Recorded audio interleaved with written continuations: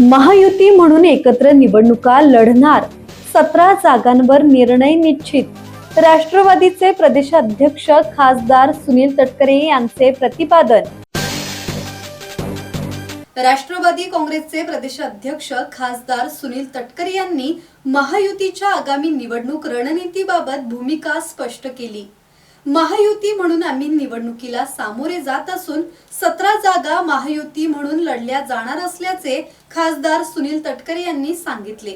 माजी आमदार अनिकेत तटकरे यांनी महायुतीचे उमेदवार म्हणून उमेदवारी अर्ज भरला असून शिवसेना, शिंदे गट, भाजप आणि इतर घटक पक्षांच्या नेत्यांचे त्यांना आशीर्वाद मिळाल्याचे तटकरे यांनी स्पष्ट केले. महायुतीतील सर्व प्रमुख नेते अर्ज भरण्याच्या वेळी उपस्थित राहणार असल्याचेही त्यांनी सांगितले. राजकारणात चर्चा, वाटाघाटी आणि काही वेळा संघर्ष होत असतो, मात्र संवादातून मतभेद दूर करणे आवश्यक असल्याचे ते म्हणाले. गैरसमज टाळण्यासाठी पुढील काळात विशेष काळजी घेणार असल्याचेही खासदार सुनील तटकरे यांनी सांगितले आहे.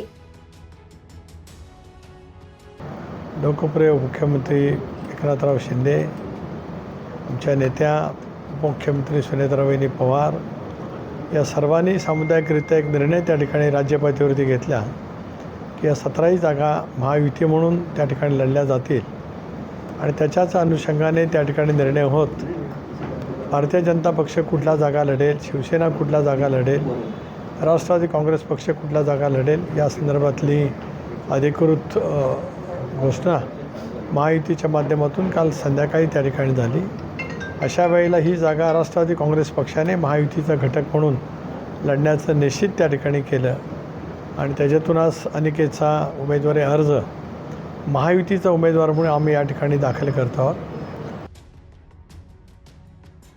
पालकमंत्री पदाबाबत अंतिम निर्णय मुख्यमंत्री देवेंद्र फडणवीस, उपमुख्यमंत्री एकनाथ शिंदे, उपमुख्यमंत्री सुनेत्रा पवार घेतील आणि तो निर्णय सर्वांना मान्य असेल, असे तटकरे यांनी स्पष्ट केले. शिवसेनेची ताकद संबंधित मतदारसंघात अधिक असल्याचेही त्यांनी मान्य केले. मात्र महायुतीच्या एकत्रित शक्तीमुळे विजय निश्चित असल्याचा दावा त्यांनी केला. दोन्ही राष्ट्रवादी एकत्र येण्याबाबत बैठका झाल्या असून याबाबत चर्चेला सकारात्मक प्रतिसाद असल्याचे खासदार सुनील तटकरे यांनी सांगितले. विविध नेत्यांवर प्रतिक्रिया देताना त्यांनी राजकीय टोलेबाजीही केली. एक असं आहे की आता त्या साऱ्याचा शेवट गोड झाला आहे. ज्या अर्थी महायुतीचे उमेदवार म्हणून अनिकेतच्या उमेदवाराला महायुतीने मान्यता दिली, म्हणून मी मगातपासून वारंवार ते सांगतोय काय त्यांचे समज गैरसमज असेल का हरकत असेल तर बसून चर्चा करून मार्ग निघेल. असं अनेक वेळेला होत असतं.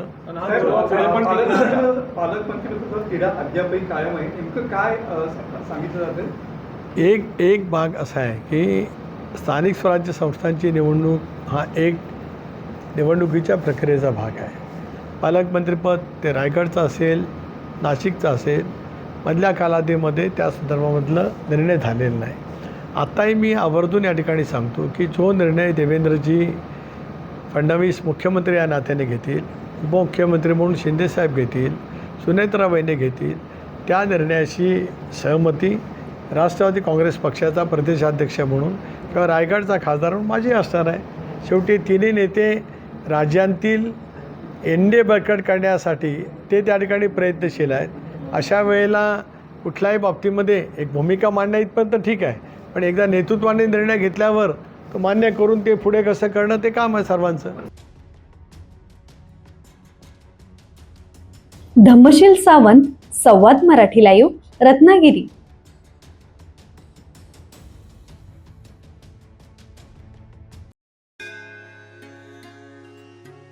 श्री गणपती संस्थान महड, तालुका खालापूर, जिल्हा रायगड.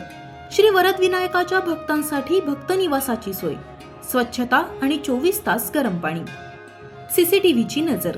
आगाऊ नोंदणीसाठी संपर्क करा 02192 26 69 12 72 76 47 38 54.